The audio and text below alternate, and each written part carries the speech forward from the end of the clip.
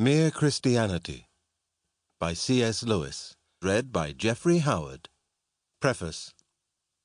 The contents of this book were first given on the air and then published in 3 separate parts as The Case for Christianity, 1943, Christian Behavior, 1943, and Beyond Personality, 1945. In the printed versions I made a few additions to what I had said at the microphone, but otherwise left the text much as it had been. A talk on the radio should, I think, be as like real talk as possible, and should not sound like an essay being read aloud. In my talks I had therefore used all the contractions and colloquialisms I ordinarily use in conversation. In the printed version I reproduced this, putting don't and we've for do not and we have, and wherever in the talks I had made the importance of a word clear by the emphasis of my voice, I printed it in italics. I am now inclined to think that this was a mistake, an undesirable hybrid between the art of speaking and the art of writing. A talker ought to use variations of voice for emphasis because his medium naturally lends itself to that method. But a writer ought not to use italics for the same purpose. He has his own, different means of bringing out the key words and ought to use them.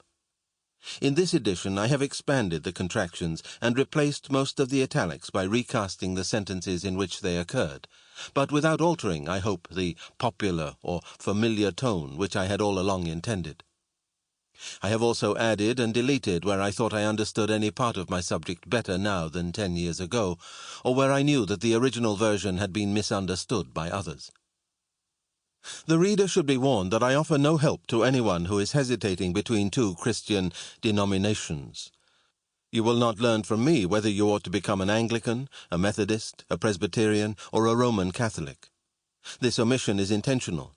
Even in the list I have just given, the order is alphabetical. There is no mystery about my own position. I am a very ordinary layman of the Church of England, not especially high, nor especially low, nor especially anything else. But in this book I am not trying to convert anyone to my own position. Ever since I became a Christian, I have thought that the best, perhaps the only, service I could do for my unbelieving neighbors was to explain and defend the belief that has been common to nearly all Christians at all times. I had more than one reason for thinking this. In the first place, the questions which divide Christians from one another often involve points of high theology or even of ecclesiastical history which ought never to be treated except by real experts. I should have been out of my depth in such waters, more in need of help myself than able to help others.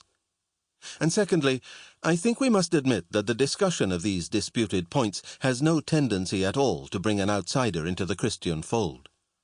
So long as we write and talk about them, we are much more likely to deter him from entering any Christian communion than to draw him into our own. Our divisions should never be discussed except in the presence of those who have already come to believe that there is one God and that Jesus Christ is his only Son. Finally, I got the impression that far more and more talented authors were already engaged in such controversial matters than in the defense of what Baxter calls mere Christianity. That part of the line where I thought I could serve best was also the part that seemed to be thinnest, and to it I naturally went.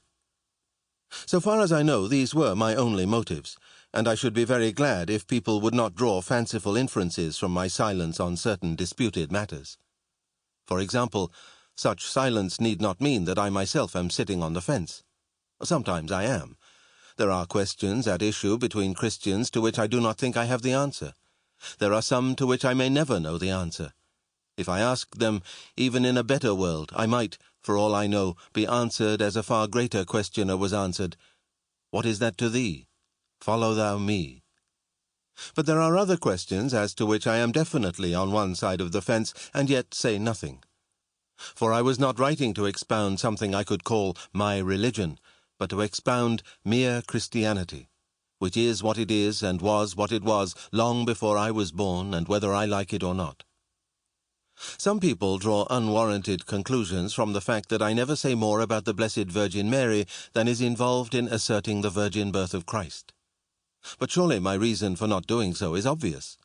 To say more would take me at once into highly controversial regions, and there is no controversy between Christians which needs to be so delicately touched as this.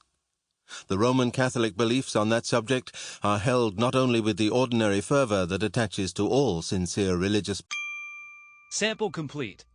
Ready to continue?